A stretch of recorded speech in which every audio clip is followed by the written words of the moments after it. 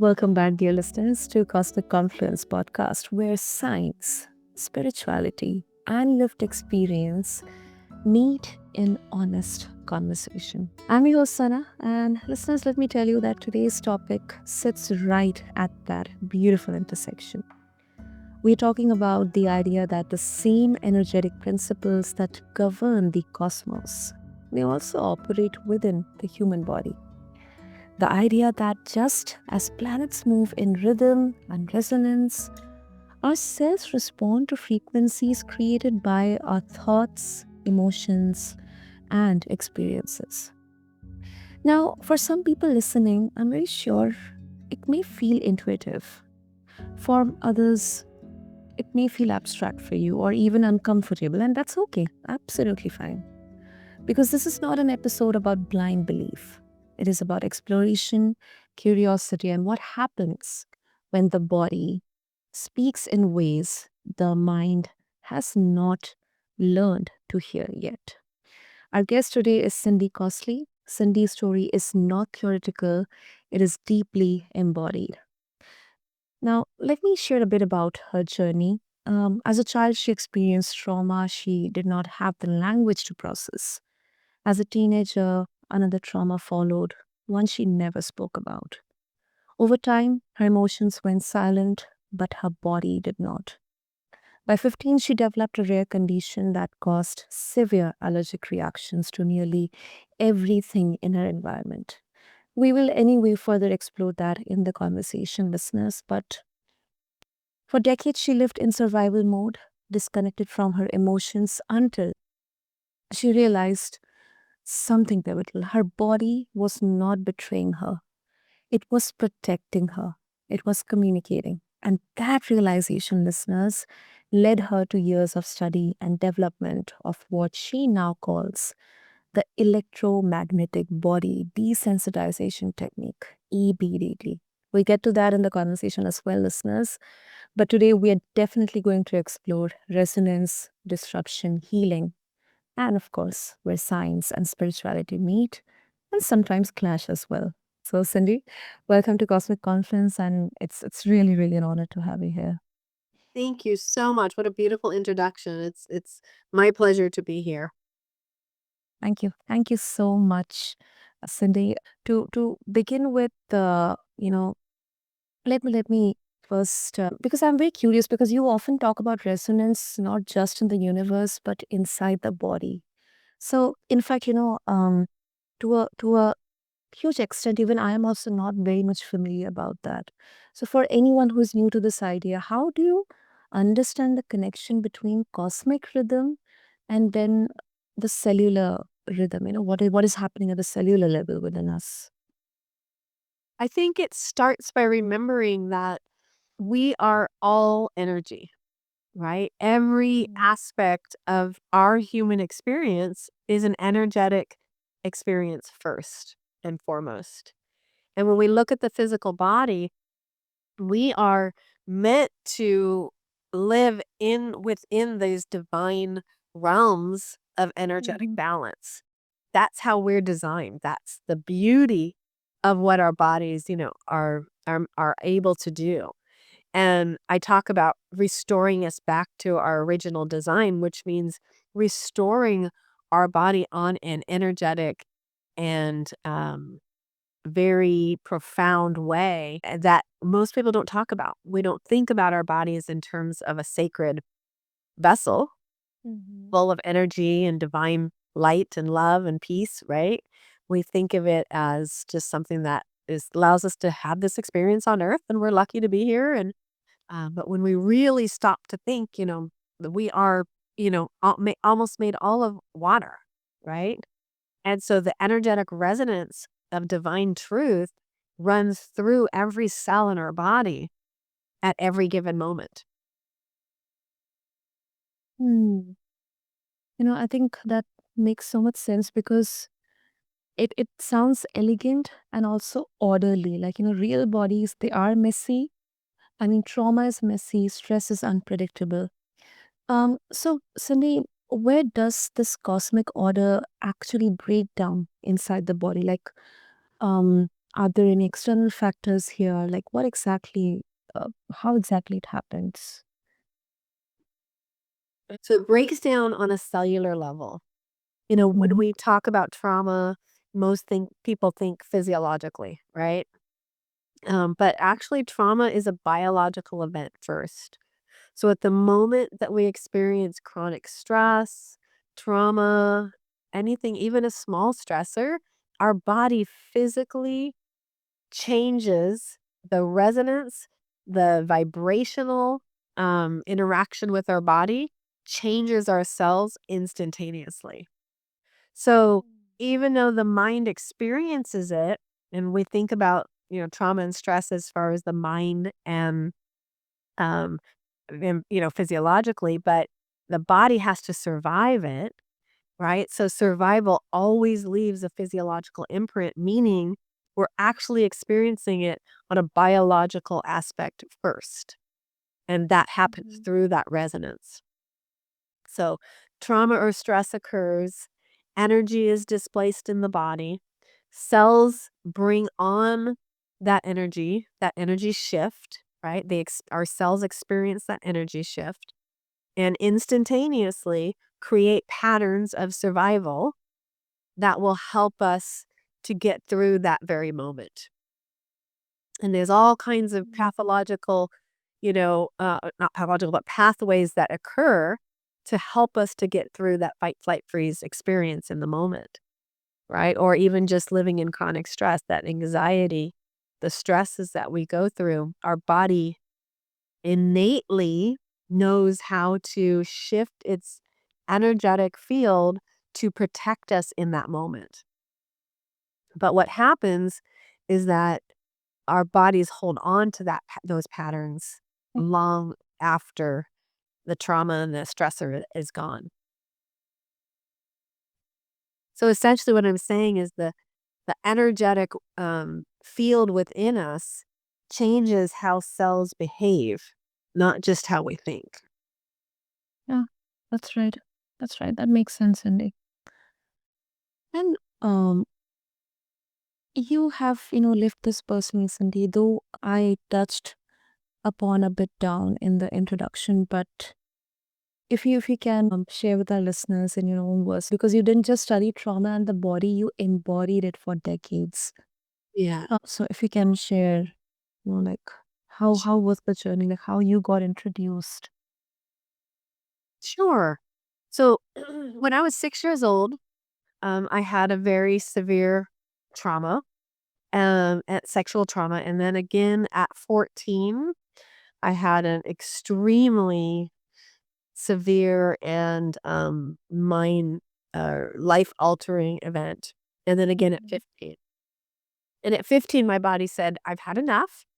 And instead of feeling any of this emotionally, I felt like I got away unscathed with my traumas because my body took on the patterns and the stressor within itself physically.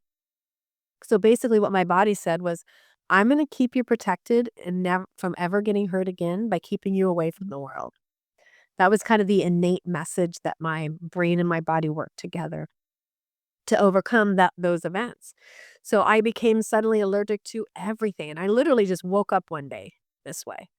Woke up just riddled with rashes. And, at the doctor's, I became allergic to all animal life, most plant life, most foods, most chemicals. And I lived that way chronically ill for 34 years, on and off. Had some good Mhm. times, but lots and lots and lots of very difficult times. And the older I got and the more stressors that happened in my life, the more intense the allergic reactions became. And my world became smaller and smaller and smaller as I got older. And then at age 48, my family and I went water skiing. And I Mhm. had never been to the lake before. And within about 2 hours of being in the water, my husband had to take me to the hospital.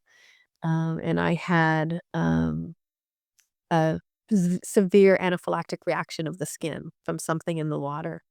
My body never really recovered from that. It had basically just said enough. And I knew I had to do something different. I couldn't keep going down the same path that I was. My body was shutting down. And I told my husband, I said, my soul wants to dance. and it's going to dance either here on earth or somewhere else. I have to decide that. And I started looking into some other options and went down a more spiritual path. And I over time learned that all these quote unquote allergic reactions were actually messages from my body asking me to heal. My body had taken anything that was in my surroundings during the time of the traumas. So anything I could see, smell, touch, anything in my digestive system during the different traumas became a threat to me. And then over time, having more stressors and more things happen in life, more and more threats became evident. And that's why I call them threats, because my body truly saw them as something dangerous for me, and it was trying to protect me. Yeah. Yes, and I think that's why it's not always that's what I have realized, Cindy, and it's not just bypassing or shifting the accountability, but the responses that our body gives or our mind kind of, creates that sense of fear, or how those feelings kind of manifest in our bodies. Yeah. These are ways to protect ourselves, because as humans, if we look down through our evolution journey, that's how we have evolved. The fight of flight mode, and the caveman, the caveman mentality kind of thing. Yeah. So it's not just just putting a label on everything that it's you are too weak to react, or you're too weak to handle such situations. It's just the way how our mind, our body is protecting. Yes. Our bodies does exactly what it's designed to do in trauma and stress. It prioritizes survival over repair, right? So Mhm. any given stressful moment, our body jumps into survival mode. And when trauma or stress is unresolved, stress hormones remain elevated, cells adapt to a threat-based environment, Yeah. become a pattern within the system. And this is how it impacts immune responses, mitochondrial energy, detoxification pathways, hormone signaling, brain body communication. All of that is affected if we don't address the threat um, mode that our body has gone into. Because if you think about it, cells don't store memories the way the brain does, right? Our brain Yeah. holds on to memories, but our cells don't. They don't have the memories like the brain does, but they do store patterns, and patterns of signaling, of inflammation, and energy use that reflect the past experiences. And those patterns remain with us until we choose to heal them. Yeah, absolutely agreed. And let's also kind of bring in a bit of challenge here, because Cindy, there's a concern, especially in spiritual places spaces, that talking about energy, frequency, alignment, it can become a way of bypassing very real biological or psychological care. There's definitely a clash between science and spirituality. So how do you respond to skeptics who say that this kind of work, it risks oversimplifying complex medical conditions? I I think this is a beautiful question, and it's one Mhm. that I speak a lot about right now, because when we are so adverse to something, it's in a way a responsibility that we have to look at what's causing that adverse reaction, right? For years, I tried everything Western and Eastern that I knew how to do, right? I did all the steroids and I did all the holistic things, and none of them worked, to Mm, be honest. None of, there were different things that worked temporarily, but mhm. none of them got to the bottom of it, because what I really needed was to heal the underlying cause. And so once I'll give you an example of how I got to really look at how this was affecting me. Because as I was going through my desensitization process and healing all the stressors and the trauma and still having a lot of reactions, because as I'm releasing, my body was reacting as if I was having the allergic reactions. And I told my husband I'd be willing to go to see a doctor at a very specific and well-known mast cell hospital here in California. And I made an appointment. It took me a couple months. I got in, and I had no rashes at the time. But that morning I broke out in rashes. And when I got to the appointment, I said to them, I didn't have these rashes today. I've healed this. This is gone. They said, no way. There's no way that's gone. And they just didn't understand. I know now they didn't understand. Back then I thought they were gaslighting me. They were, denying me, not willing to listen to me, all of that. And her solution to me was to come in once a week or every other week, pretty much for the rest of my life, and get a shot. And this was about 2 hours away from my home. So it would be a huge disruptor in my life, and a shot that I had to take suppressing my immune system for the rest of my life to keep my symptoms down. And I kept trying to tell her, you don't understand. This wasn't here today. This is here because I'm nervous being here, because I have fear about what is going to happen in this appointment. And when I got home, of course, I was like, I'm not doing that. And I went home and I really got to understand that that's all she knew, right? That there is a place for that level of care in people's lives. I just got over a severe bronchitis, and I needed the antibiotic, and I needed the nebulizer. I needed the things that were going to keep me out of the hospital and help me get well. Those are Western tools that are very supportive of us and needed at times in our life. Yeah. And when we shut that out because of fear, whether it's Eastern or Western, right? When we shut out one aspect of healing that all came from spirit, all of it came from, they're just different ways of healing that's available to us for the things that we need. And when we're open to that, we allow a more healthful, healed life. Because sometimes very real physical things happen no matter what kind of spiritual journey we're on, right? I've been on this beautiful healing journey that's been very spiritual for years. And then I got a bad viral infection in my lungs. And that was very physical. There was nothing emotional, spiritual, energetic about it. I just got a bug. And I used the tools that were available to me to help me get through that. So Absolutely. going back to answering your question, when we are very adverse either to Eastern philosophy or Western philosophy, um, it's important to be willing to be curious about where that adversity comes from, where that, in a way, it's a fear, right, comes from and stems from in your life. And ask ourselves, what are we missing out on in terms of our own healing opportunity because of that fear? Hmm. That makes so much sense, Cindy, because I think that kind of, um, uh, I shouldn't say balance, but that kind of, awareness is very much needed, because there is no one single solution for everything in there. So for example, I have a personal struggle with psoriasis.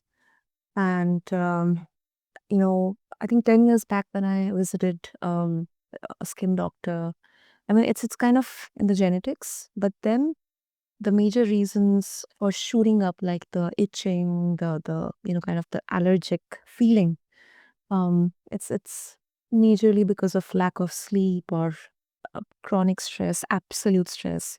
Yeah. And I can actually feel those symptoms coming out when I'm actually feeling absolutely stressed or there's lack of sleep. But then at the same time, I also know that, there are some medical solutions as well, which can actually help in at least, healing. Maybe a particular ointment, or maybe You have to make sure that it's moisturized 24/7. So those precautions, but at the same time, um, there are both the worlds, which are kind of coming together here. So I think that's kind of the awareness that I had to accept, because it's not just medical, but the reasons are also a bit related to psychology or my condition, the way how am I feeling. So, yeah. Yeah, and I appreciate your vulnerability in sharing that, because the truth is every one of us has a unique way of our body expressing its stress, Mm, yeah. right? And it's a message. So when you get stressed and you break out in psoriasis, your that's a message to your body saying, "Hey, something's out of alignment." Okay. Right? I need you to slow down, or I need you to not focus. You're not focused in the direction that your soul is meant to go, or whatever the messaging might be. The key is to stop and not just see it as a symptom or something your body's failing you at, or something that you're having to deal with again, right? Which is I say that because that used to be my here I go again, the girl allergic to the world, right? This was my story to myself. And what I realize now is I get to just say, okay, what do you need me to know? What do you want me to know? What are you trying to tell me? What's the message that you have for me? Because that's what our symptoms ultimately are, is a message saying that something's out of alignment. And it's not that easy to just sit down and say what's out of alignment and have it all go away, right? Yeah. So, yes, then you go to the things in Western medicine that can really help while you're figuring it out, or while you're getting through that stressful event in your life. The key to trust and know is that just as easily as your body has decided that this is the way that it handles stress, it can also learn a new way to handle stress. And so that's a training that you can do with your body, and that takes, a specific, like, going back and healing the origination. You said it's some of it is, um, you know, from genetics, Mm. and looking at the genetics and healing the genetic aspects of what's in your cells, and then also going through and healing this lifetime's, challenges and the reasons that your body started speaking to you through psoriasis. Exactly. Exactly. And um, Cindy, if someone is listening right now and they're deeply ill, overwhelmed, exhausted, what would you say to them first? I mean, not as a practitioner, but as a human, as someone who has been there in that exact same place. Yeah, I would say, I hear you. I've been there. I know what this feels like. I know how hard it is. Don't give up on yourself. Um, your body is brilliant. And just as much as it's screaming at you with all the symptoms that you're dealing with right now, it also has the ability to learn how to, I don't want to say learn, because our body already knows how to heal, but to remember how to heal itself. I talk to my clients about when something happens to us and our body goes into this protective mode, and it has this pattern that it's created on how to protect us. Our body just as easily can go back and remember how to be in homeostasis. Because for a while it just forgot. For a while my body forgot that, oh, wait, this isn't normal. Right? Because I had so many traumas that my security response, my trauma response was activated and held in the sympathetic nervous system, and remained there for years and years and years and years. And it was remembering that there is also an opportunity to heal, and that's the hope that you can have, is to know that your body is beautiful and brilliant and has not failed you. It's just starting to look at it from a different perspective. That's beautiful and empowering, Cindy. Before we wrap up, let's also talk about EBDT specifically because you describe it as working through electromagnetic pathways at a cellular level. Now, for someone who is science oriented and cautious, what changes have you seen that go beyond emotional relief? Well, I mean, this is not just an emotional um, healing modality. It's very physical, and Mm. even though it's holistic, it retrains the brain on a cell and the body on a cellular level. So it retrains the brain that you're safe. It releases trapped emotions that are trapped in your body from your life events, and it retrains your cells for bringing in new patterns of behavior. So it adjusts your cells and says, oh, wait, we don't need to be in safety mode anymore. We don't have to constantly protect you anymore. We're going to readjust our cellular structure back into a state of homeostasis. And we do this by going through a timeline and doing timeline healing. So we start with genetics, and then we Mhm. go into most of the time in utero, and then all the way through your life events that created the dysregulation in the first place. And all we're doing is taking each life event one at a time and reversing the message that your body took on that is no longer serving you from each individual life event. So it's very powerful. It's very much at a cellular level. Because remember, those patterns are just they're signals of inflammation, energy use, cytokine structure, methylation pathways.